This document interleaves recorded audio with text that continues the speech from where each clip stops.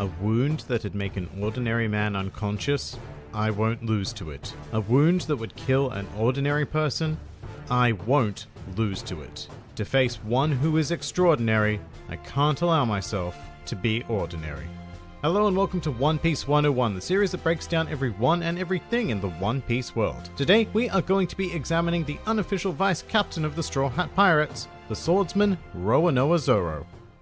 Roronoa Zoro is a rather stoic and serious individual whose dream is to become the world's greatest swordsman. This dream began during his childhood, where he trained at a dojo in Shimotsuki village in East Blue. Here, Zoro grew powerful enough to beat most adult students. However, there still remained one individual who Zoro could not overcome, the dojo master's daughter, Kuina. With Zoro's drive to be the best on full display, in total he challenged Kuina to 2001 matches and proceeded to lose all 2001. After the final match, which was the only one conducted with real swords, Zoro cried out in frustration and confessed his dream of becoming the world's greatest swordsman. Following this, Kuina confided that she had the same dream, however her quest would be impossible as her father had told her that women cannot become true swordmasters. Zoro, annoyed that he was being beaten repeatedly by someone with such a defeatist nature, then claimed that he would one day defeat her, not because she was a girl, but because he would be more skilled. The two then made a promise that either one of them had to become the world's greatest swordsman in the future. Sadly, this promise didn't get off to the greatest of starts, as the very next day Kuina suffered a fatal fall down some stairs. Zoro then inherited Kuina's sword, the Wado Ichimonji, and resolved to become the world's greatest swordsman to fulfill both of their dreams. Now here I should point out that achieving that dream is fairly simple on paper. One simply needs to defeat the current world's greatest swordsman in order to gain the title, and eventually Zoro learnt the name of the man he had to surpass, which was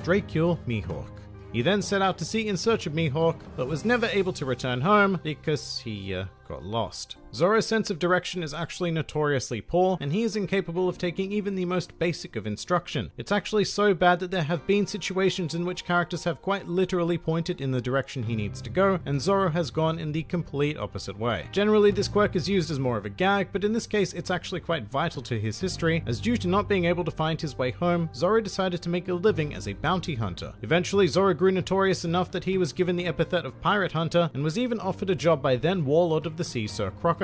And Zoro was even prepared to accept the position on the condition that he was made the boss of the organization. The agent offering Zoro the position then refused, and allegedly Zoro proceeded to kill him in self-defense. Sometime later, Zoro found himself in Shell's Town, and after an altercation involving an innocent girl being attacked by this prick's dog, Zoro was tied to a wooden pole cross thingy for a month. It should be noted that Zoro agreed to this punishment in order to preserve his reputation in the eyes of the Marines and be able to continue his bounty hunter lifestyle. However, 9 days into his sentence, everything changed when a boy by the name of Monkey D. Luffy invited him to become the first member of his new pirate crew. Zoro, like most reasonable human beings, refused this offer outright at first. However, after a dastardly plot to execute Zoro was uncovered, he accepted Luffy's invitation, and the two of them proceeded to wreck face. Over time, as a member of the Straw Hat Pirates, Zoro's true nature has emerged, showing him to be a much more fun-loving individual than we would have previously thought. And although he does remain the most serious member of the crew, he is exceptionally tolerant of their antics, and is capable of highly comical anger, as well as a wide array of other quirks that make him a perfect fit within this band of misfits. However, one of Zoro's most defining traits is that of honor and loyalty. As a swordsman, Zoro follows the strict code of Bushido, refusing to engage in underhanded tactics in battle, believing that a scar on a swordsman's back is a sign of shame. Zoro is also fiercely loyal and obeys his captain's commands without question, even if he personally disagrees with them. More often than not though, Zoro has complete faith and belief in Luffy, making them an exceptionally powerful pair.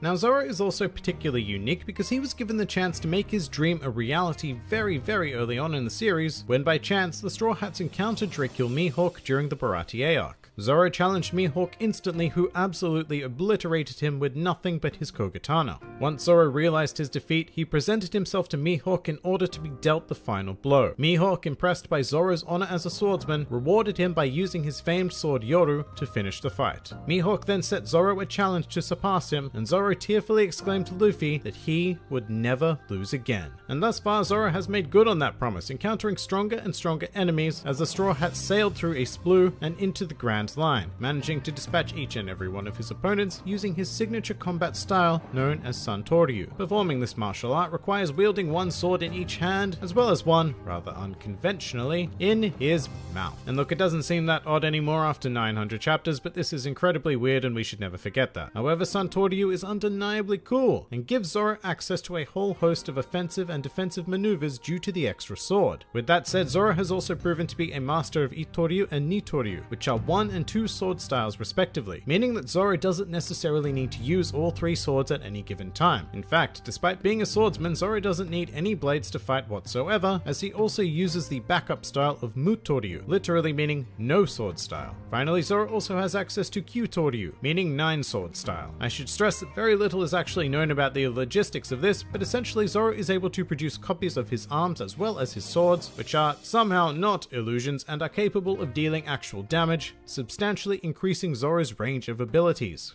Zoro's progress as a swordsman through the Grand Line has also earned him the ability to cut steel, as well as a bounty of 120 billion berries prior to the time skip. His connection to his crewmates has also deepened during the journey, especially towards Luffy, for whom at one stage Zoro was ready and willing to sacrifice his life in order to ensure the safety of his captain. This was even taken a step further after the Straw Hats were forcibly separated on Sabari Archipelago. Zoro was sent to Kuraigana Island by Bartholomew Kuma, which is more commonly known as the home of Drakeul Mihawk.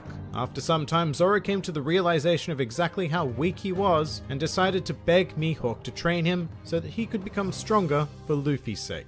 Zoro then spent 2 years training under Mihawk before reuniting with the Straw Hats, proving to be significantly stronger, faster, and able to use observation and armament haki, the latter of which he generally imbues into his swords. As the Straw Hats traveled through Fishman Island and into the New World, Zoro has displayed pure dominance over his encountered opponents as he continues to make good on his promise to never lose again, as well as to make way towards his ultimate dream of becoming the world's greatest swordsman. Some more fun facts about Zoro. After the time skip, Zoro appeared with a scar running vertically down his left eye. How the scar was attained is currently unknown. At the time of this recording, Zoro has used a total of 8 swords, those being his current lineup of the Wado Ichimonji, the Sandai Kitetsu, and Shusui, as well as Yubashiri, 2 miscellaneous swords that were destroyed by Mihawk, and Johnny and Yosaku's blades. This number increases to 10 if we count the 2 random marine cutlasses during the tail end of the Enies Lobby arc, and a mighty 11 if we count Hana Arashi, literally meaning nose storm, which was the result of Usopp holding the Yubashiri, while Zoro wielded Usopp himself. Following the Dressrosa arc, Zoro's strength was further recognized by the world government, and his bounty was raised to 320 million berries. Roronoa Zoro's name is based on the real-life French pirate whose name I am going to undoubtedly butcher, Francois Lolonai. Originally, Zoro was planned to be introduced as part of Buggy's crew, in which he would have been a bodyguard. However, this idea was scrapped for the much better introduction taking place at Shellstown. According to Oda, if the Straw Hats were to run a 50-meter race, Zoro would finish 5th, but also stressed that it's very important that it's only a 50-meter race, because if it were